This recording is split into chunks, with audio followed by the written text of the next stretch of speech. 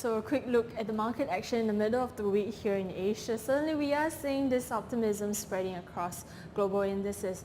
At the start of this week, we have had Europe's manufacturing condition and also September's US ISM manufacturing numbers joining China's official PMI over the weekend at multi-year highs. That itself had really injected quite a bit of confidence into risk assets, specifically equity markets here in Asia and also in the US, with the Dow Jones, S&P 500 and also the Nasdaq indices all closing at record highs in Tuesday's session. And for Asian markets here, we did see the MSCI Asia Pacific excluding Japan index up 0.9% week to date as of Tuesday's close. So looking at really the market in this part of this world, we do see that the Hong Kong index showing this really strong momentum, breaking briefly above the 28,500 level on Wednesday morning here in Asia, and that is one that I would recommend you continue looking at. And of course, for the local Singapore index, that actually did nip away at some of the gains the start of this week with the weaker crude prices, as well as actually went back into this consolidation range between 3,200 and 3,250 for the STI. So having said that, we do want to look a little bit at what's happened since the start of this week with crude oil as well.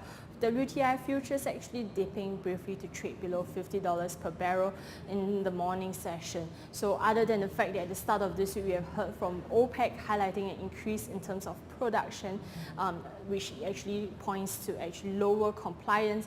In addition to that, we also had the API report from the US on Tuesday, and that itself had actually highlighted a massive build-up in terms of gasoline inventories, denting a lot of this bullish sentiment within the crude market. So we do know that today as well we have the EIA report, which is the official Department of Energy report that's going to be out in the US session, and I do think the market will be looking for confirmation over there.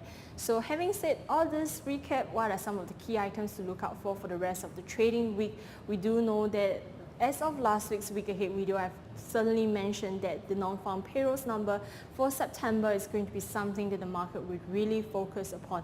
The hurricane effects has certainly reached the market, and that itself could actually dent the numbers that's going to come through.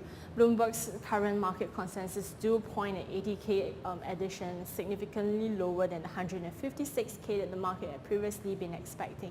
That itself may not actually generate too much of a reaction over there for the dollar index, which we've really seen hanging around the 93 level over there. So having said that, should we actually do get a significant dip, that itself could significantly dent the market expectations. So do look out for that number, and consolidation ahead may not be ruled out.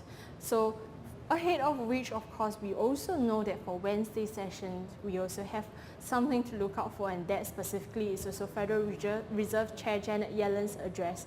The market is currently expecting her to really stick to what she's really mentioned in previous weeks. But having said that, we do know that this morning President Donald Trump's aides actually did provide a short list of the next Federal Reserve Chair, and that itself could really drum up the conversation around this matter. And of course, the ADP numbers from the US will be out. The private payroll numbers could preempt Friday's numbers, so do look out for these items ahead.